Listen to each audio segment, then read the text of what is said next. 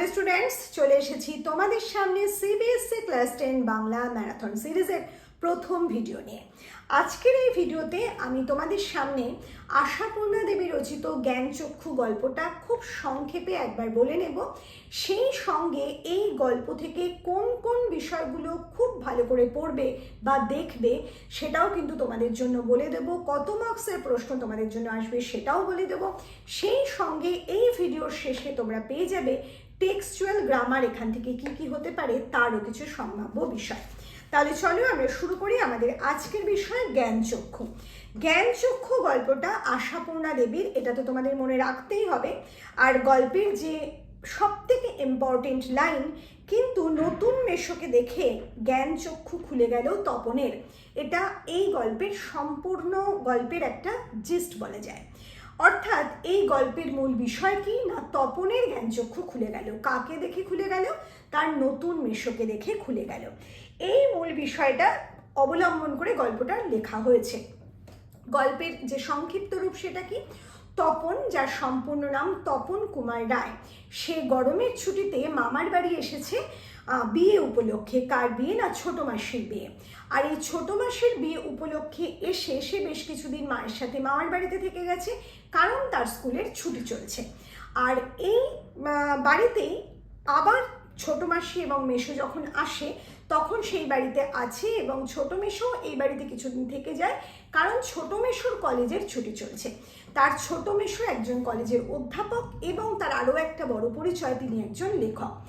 আর এই গল্পের আরেকটা বিষয় আমি বলে রাখি, যেটা তপনের একটা অন্ধবিশ্বাস ছিল, লেখক বোধহয় বিশেষ কিছু। কিন্তু তপন যখন তার ছোট মেশোকে, অর্থাৎ তার লেখক মেশোকে একেবারে সামনে থেকে চাক্ষুষ করলো, সে সাধারণ মানুষের মতো, তার নিজের পরিবারের আর 5টা পুরুষ মানুষের মতোই খায়, দায়, ঘুমায়, কথা বলে, গল্প করে, আড্ডা মারে, এই সমস্ত বিষয়গুলো দেখে তার মনে হয়েছিল তাহলে লেখক আর কিছু নয়, বা আকাশ থেকে পড়া অন্য কোনো অদ্ভুত জীব নয়, সাধারণ মানুষ। তাহলে লেখক যদি সাধারণ মানুষ হয়, তাহলে তপন কেন গল্প লিখে ফেলতে পারে না? তপনও তো হতে পারে লেখক, চেষ্টা করলেই। এই ভাবনা মতো সে কি করলো না, মায়ের কথায় সেই মামার বাড়িতে যে হোমওয়ার্কের খাতাটা নিয়েছিল সেটা এবং পেন নিয়ে সোজা চলে গেল 3 তলার সিঁড়িতে। মামার বাড়ির 3 তলার সিঁড়িতে বসে সে লিখে ফেললো একটা আস্ত গল্প একবারে। এবং সেই গল্প লিখে সে প্রথম কাকে দেখালো না, ছোট মাসিকে। সেই ছোট মাসিকে, যে ছোট মাসি তার মামার বাড়ির সব থেকে কাছের প্রিয় মানুষটি, কারণ ছোট মাসির সাথে তার বয়সের ব্যবধান মাত্র 8 বছর। তা যাই হোক, ছোট মাসি যখন এই গল্প পড়ে তাকে একটু বিজ্ঞের মতো প্রথমে বলেছিল যে আর কোথাও থেকে সে টুকেছে কিনা, কিন্তু তারপর তার পিঠ চাপড়ে দিয়ে সেই গল্প নিয়ে একেবারে গিয়ে উঠলো ছোট মেশোর কাছে, এবং ছোট মেশো গল্প শুনে প্রশংসা করলো ছোট মাসির আবদার বা অনুরোধে। ছোট মেশো কথা দিল যে সন্ধ্যাতারা পত্রিকার সম্পাদককে বলে তপনের গল্প তিনি ছাপিয়ে দেবেন সামান্য কারেকশন করে। তা যাই হোক, এই বিষয়টা চায়ের টেবিলে যখন ছোট মেশো তুললো, তখন প্রথমে সবাই হাসাহাসি করলো। ছোট মেশো কিন্তু বলেছিল যে তপনের মধ্যে একটা কিছু আছে, কারণ এই বয়সের ছেলেরা তো গল্প লেখে না, যারা লেখে তারা অন্তত রাজা রানীর গল্প বা খুন জখমের গল্প এমনই গল্প লেখে, কিন্তু তপন যে গল্প লিখেছে সেটা কিন্তু সম্পূর্ণ নিজের অভিজ্ঞতা অনুভূতির গল্প, কাজেই তপনের হবে, কিছু একটা হবে। তা এই বিষয়টা বলে সেই গল্প নিয়ে ছোট মেশো চলে যায়। এরপর তপনও চলে আসে বাড়িতে, ছুটি শেষ হয়, স্কুল শুরু হয়ে যায়। তখন অপেক্ষা করতে থাকে, দিন গুনতে থাকে কখন তার গল্প সন্ধ্যাতারায় ছাপা হবে। এরমভাবে আরও 2টো গল্প সে লিখে ফেলে। কিন্তু হঠাৎই একদিন ছোট মাসি মেশোকে নিয়ে এসে উপস্থিত হয় তাদের বাড়ি সেই সন্ধ্যাতারা পত্রিকা হাতে। সন্ধ্যাতারা পত্রিকায় তপনের গল্প ছাপা হয়েছে। বাড়ির সকলে প্রথমে শুনে অবাক হয়ে গেছে, তারপর প্রশংসাও করেছে। কিন্তু এরপর যখন ধীরে ধীরে সময় বাড়তে লাগে, তখন দেখা যায় সবার মধ্যে তপনের লেখার স্তুতির বদলে তার যে ছোট মেশোর প্রশংসাই বেশি। কারণ সকলেই বলছে ছোট মেশো ছিল বলেই তপনের লেখা বেরিয়েছে। তপন যে লিখতে পারে, তপনের লেখার গুণাগুণ, সে বিষয়টা কিন্তু চাপা পড়ে গেল শুধুমাত্র ছোট মেশোর কৃতিত্বের তলায়। এবং এরপরে যখন মায়ের কথায় ছোট মেশোর মানে সেই গল্প সন্ধ্যাতারা হাতে নিয়ে তপন পড়তে বসলো, তখন সে একেবারে অবাক হয়ে গেল। কোথায় তার কথা, কোথায় তার শব্দ। ছোট মেশো কারেকশনের নামে গল্পটা আগাগোড়া কারেকশন করে ফেলেছে। দুঃখে এবং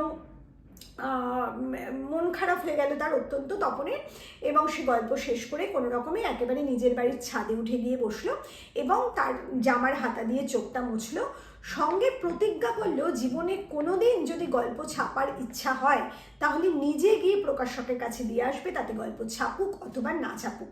কারণ জীবনে সেই কথাটা যেন আর না শোনে যে অমুক করে দিয়েছিল বলেই গল্পটা ছাপা হলো, অথবা গল্প পড়তে গিয়ে তার যেন এমন অনুভূতি না হয় যে গল্পের কোথাও তার কথা নেই বা তার নিজের ভাষা নেই, আগাগোড়া কারেকশন করা শব্দ। এই বিষয়টার মধ্যে দিয়ে, এই প্রতিজ্ঞার মধ্যে দিয়ে গল্পটা শেষ হয়েছে।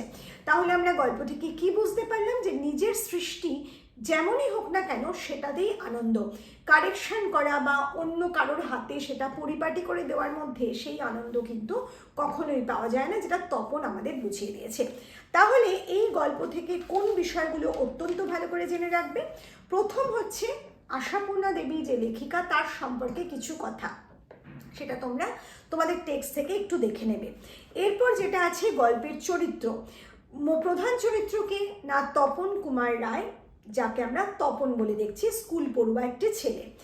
আর গুরুত্বপূর্ণ অন্য চরিত্রকে না তপনের ছোট মেশো।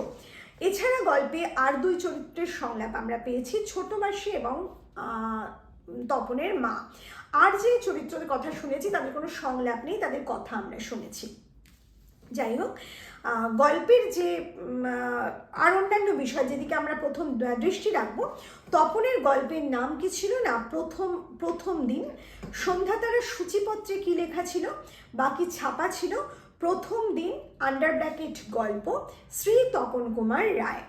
তপন মামার বাড়ি গিয়েছিল কি কারণে, কতদিন ছিল, কার বিবাহ উপলক্ষে গিয়েছিল, তপনের মামার বাড়িতে কার সাথে বেশি সম্পর্ক ছিল, এগুলো বড় প্রশ্ন হিসাবে 2 মার্কস 3 মার্কস বা 5 মার্কস হিসাবে পেতে পারো। এছাড়া যেটা সব থেকে বেশি মনে রাখবে, গরমের ছুটিতে গিয়েছিল, ছোট মাসির বিয়ে উপলক্ষে গেছিল। ছোট মেশো কে ছিলেন? একজন অধ্যাপক, কলেজের অধ্যাপক, কলেজে পড়াতেন তিনি, এবং একজন লেখক। আর তপন গল্প লেখার উৎসাহ কার কাছ থেকে পেয়েছিল? ছোট মেশোকে দেখে পেয়েছিল। ছোট মেশো তাকে উৎসাহ জাগিয়েছিল কথা বলে, তা কিন্তু নয়। এরপর কোন পত্রিকায় তপনের গল্প ছাপা হয়েছিল? না সন্ধ্যাতারা পত্রিকায়। তপন কোথায় গিয়ে গল্পটা লিখেছিল? না মামার বাড়ির 3 তলার সিঁড়িতে গিয়ে লিখেছিল। প্রথম কাকে সে গল্প দেখিয়েছিল? ছোট মাসিকে দেখিয়েছিল। এই প্রসঙ্গে শিখে রাখবে ছোট মাসির সঙ্গে তার ওই সময় কি কি কথা হয়েছিল, বা ছোট মাসির সম্পর্কে তপন কি বলেছিল। আচ্ছা, গল্প ছাপা এরপরে কি আরেকটা, বাড়ি ফিরে তপন আর কটা গল্প লিখেছিল? না 2টো গল্প লিখেছিল। গল্প ছাপা হলেও তপনের আনন্দ হলো না, সে বেদনায় ভেঙে পড়লো। কেন? কারণ সেই গল্পের তার নিজের যে কৃতিত্ব, সেই কৃতিত্বের কথা বা প্রশংসার কথার বদলে সেটা চাপা পড়ে গিয়েছিল ছোট মেশোর যে প্রশংসা, ছোট মেশোর ক্ষমতার তলায়। আরেকটা কি না, গল্পের মধ্যে আগাগোড়া সে নিজেকে খুঁজে পায়নি বা নিজের কোনো কৃতিত্বকে খুঁজে পায়নি। এই হচ্ছে প্রশ্ন আসার জায়গাগুলো। এরপরে যে গ্রামারের পার্ট আছে সেখান থেকে তোমাদের সন্ধি বিচ্ছেদ এবং সমাস আমি দিয়ে দিচ্ছি, সেটা অবশ্যই তোমরা স্ক্রিনে দেখে নেবে। তার আগে একটা কথা বলবো, লাস্টের স্ক্রিনে দেখে নেবে। তার আগে একটা কথা বলবো, তোমরা যারা একেবারে এক্সামের এই মুহূর্তে এসে মনে করছো যে গল্পটা প্রশ্নের উত্তরের ক্ষেত্রে তোমাদের সমস্যা হতে পারে, তোমরা তারা অবশ্যই আমাদের দ্য বেঙ্গলি গাইড চ্যানেলের পক্ষ থেকে 8774162111 আমাদের একমাত্র অফিসিয়াল হোয়াটসঅ্যাপ নাম্বারে যোগাযোগ করে তোমাদের পাঠ্য সমস্ত বিষয়, সেটা সেকশন এ হোক বা সেকশন বি হোক, লেটার রাইটিং, এসে অথবা তোমাদের যে অনুচ্ছেদ রচনা অথবা গল্প, কবিতা, উপন্যাস, সমস্ত কিছু, উপন্যাস নেই তোমাদের, ছোট গল্প, যে গল্পগুচ্ছ রবীন্দ্রনাথের, সেই সমস্ত কিছুর বিষয়ে নোটস কিন্তু পারচেস করতে পারো। সমস্ত নোটস কিন্তু অ্যাভেলেবেল আছে আমাদের নিজস্ব দ্য বেঙ্গলি গাইড নিজের চ্যানেলের তরফ থেকে। আর তোমরা যারা মনে করছো যে নিজেরাই পারবে, তাদের কখনোই বলবো না যে এই নোটস কিনতে তোমরা বাধ্য। তাহলে চলো তোমরা অবশ্যই স্ক্রিনে দেখে নাও গ্রামারের যে সন্ধি বিচ্ছেদ এবং সমাস। তাহলে আমার ভিডিও আমি এখানেই শেষ করছি। খুব তাড়াতাড়ি তোমাদের সামনে হাজির হব ম্যারাথন সিরিজের দ্বিতীয় ভিডিও নিয়ে। খুব ভালো থেকো।